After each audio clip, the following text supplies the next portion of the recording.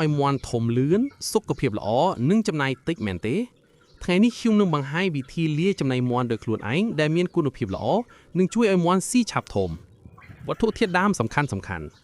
ដើម្បីលាយចំណីមន់ឲ្យមានគុណភាពល្អត្រូវមានវត្ថុធាតុដើមដូចជា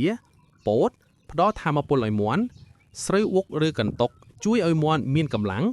សណ្តែកសៀងផ្ដល់ប្រូតេអ៊ីនខ្ពស់ម្សៅត្រីជួយឲ្យមន់ធំលឿនបន្លែបៃតងជួយឲ្យមន់មានវីតាមីនវត្ថុធាតុដើមទាំងនេះអាចរកបានងាយនិងជួយឲ្យចំណីមន់មានគុណភាពល្អវិធីលាយចំណីឧទាហរណ៍យើងលាយចំណីមន់10គីឡូដូច្នេះយើងត្រូវដាក់ពោត 40% កន្ទុកលេខ1 30% សណ្តែកសៀង 20% ម្សៅត្រី 10% លាយវត្ថុធាតុដើមទាំងនេះឲ្យបានសព្វល្អមុនពេលធ្វើឲ្យមន់ស៊ីប្រសិនបើបងប្អូនមានតែវត្ថុធាតុដើមដូចជាពោតនិងសណ្តែកសៀង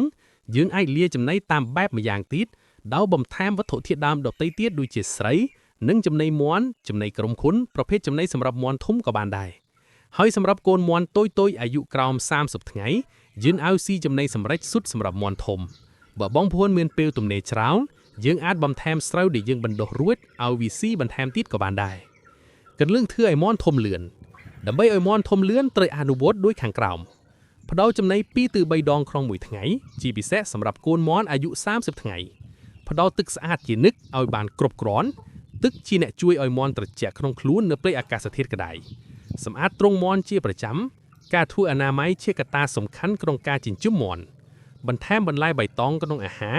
បន្លែជាអ្នកបំពេញប្រូតេអ៊ីនដល់មន់ដែលខ្វះប្រូតេអ៊ីនមានសភាពស្លេកស្លាំងបើធ្វើតាមវិធីនេះមន់នឹងស៊ីចំណីបានល្អនិងលូតលាស់លឿនសរុបមកការលាយចំណីមន់ដោយខ្លួនឯងអាចជួយកាត់បន្ថយចំណាយនិងធ្វើឲ្យមន់ធំលឿន